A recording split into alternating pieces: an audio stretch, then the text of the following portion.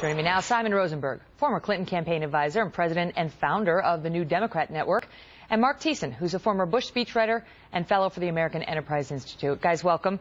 Simon, let me start with you on this, because we've even had some Democrats come on the show and say, no, you can't. The president doesn't get just to decide when to raise the debt limit by himself. You need congressional approval for that, and that shouldn't change. Obviously, Harry Reid feels differently. The president feels differently. Where do you stand on it?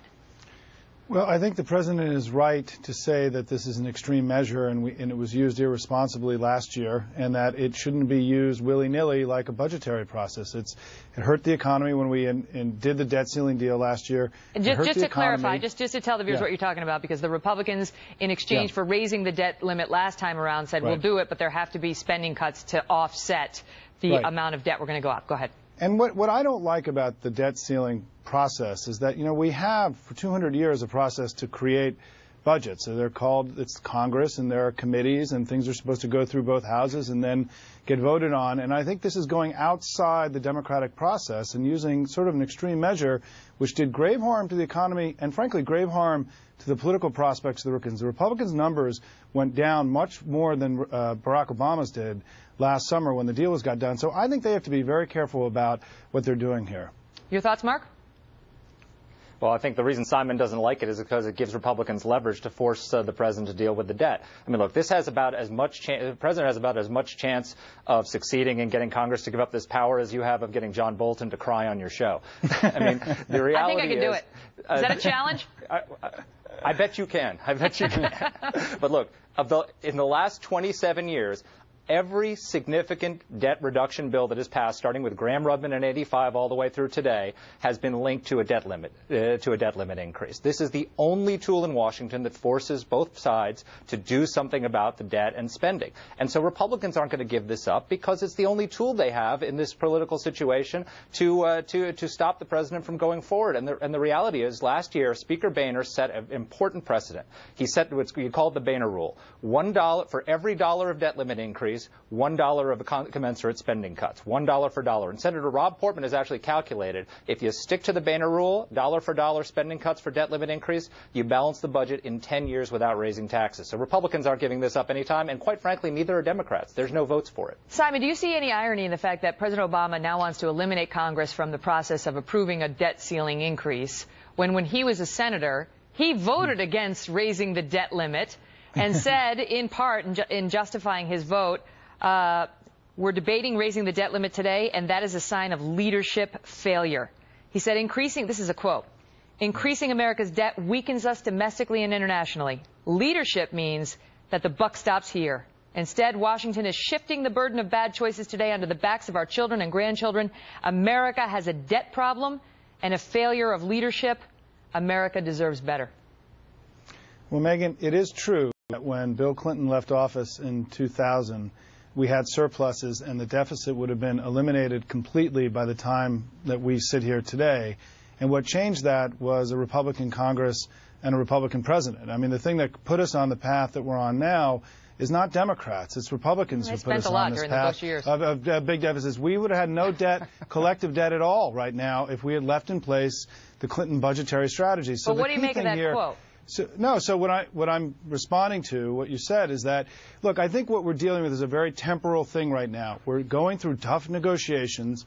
We're going to have a new budgetary process early next year. And the idea that the Republicans in February, of next year would invoke the debt ceiling thing all over again to drive the markets down, harm the American economy, create chaos and uncertainty all over again. I just think what the president is saying is we can't go through that again, right? We've got to use the normal process. But here he is wanting not only to raise it, but to have uniform authority to raise it. And just a few years ago, he was saying that was a failure of leadership, that Americans deserve better. He may not get it, but what he's right to argue is the way the Republicans have been doing this has been irresponsible. Let's use the committee process, come up with tax reform, spending cuts next year. Let's get this done in the way that our democracy has worked for hundreds of years, not this new extraordinary thing. And I think he's right to put pressure on the Republicans to drop this. Let me ask you, Mark, is there something new and extraordinary? Because I thought it was the Democrats who were trying to make this part of the deal to to stop us from going off the fiscal cliff, that they said, oh, and by the way, we also need to raise the debt limit, or now this new proposal of eliminate Congress from the process of raising the debt limit?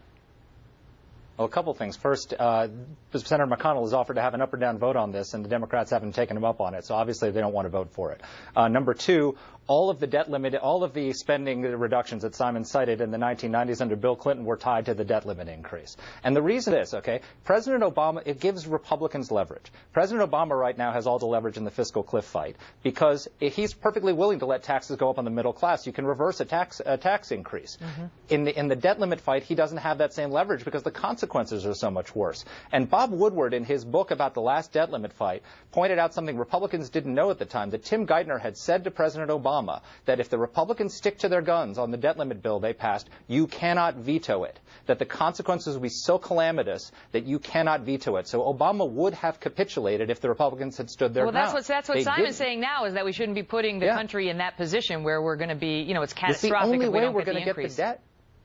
The only way we are going to get action on this debt, what's catastrophic, is if we keep spending and spending and spending and raising our debt by $6 trillion every Obama term. That's what's catastrophic. So Republicans need to stick to the Boehner rule, $1 of spending cuts for every $1 of debt limit increase. And once the fiscal cliff fight is over, they've got all the leverage come February when this comes. So why give in right now on taxes and the fiscal cliff fight when you're going to have all the leverage in the debt limit fight 2 months from now? We have not heard the last of this. Very quick, Simon, quickly.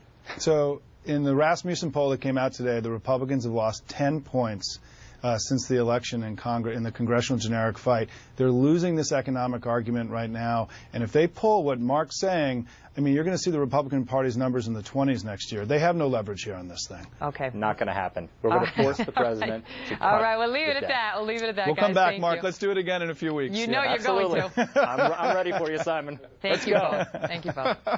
Okay.